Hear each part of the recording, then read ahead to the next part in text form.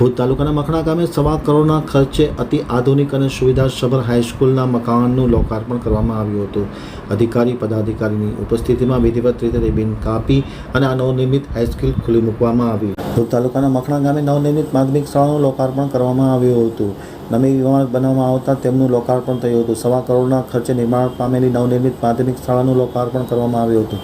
આ પ્રસંગે યોજાયેલા કાર્યક્રમમાં કચ્છ જિલ્લા પંચાયતના પ્રમુખ જનકસિંહ જાડેજા, ભુજ વિધાનસભા ધારાસભ્ય કેશુભાઈ પટેલ, શિક્ષણ સમિતિના ચેરમેન વિરમ ગઢવી, સામાજિક ન્યાય સમિતિના ચેરમેન કુંવરબેન શામતભાઈ મહેશ્વરી, તાલુકા પંચાયતના પ્રમુખ વિનોદ વરસાણી, ભાજપના પ્રમુખ ભીમજી જોધાણી, એપીએમસીના પૂર્વ ચેરમેન કાનજીદાદા કાપડી, હરેશ ભંડેરી, જેમલ રબારી, પ્રકાશ મહેશ્વરી, સરપંચ જેસાભાઈ રબારી, ઉપસરપંચ સામતભાઈ, ગામના આગેવાનો વેલજીભાઈ બુચિયા, રવજીભાઈ સીજુ, ગાંગજીભાઈ સીજુ, શિવજીભાઈ રબારી, લાખાભાઈ રબારી, વિક્રમભાઈ રબારી, ભરતભાઈ રબારી સહિતના લોકો ખાસ ઉપસ્થિત રહ્યા હતા. શાળાનું લોકાર્પણ જિલ્લા શિક્ષણાધિકારી સંજય પરમાર અને અન્ય મહાનુભાવોની ઉપસ્થિતિમાં કરવામાં આવ્યું હતું.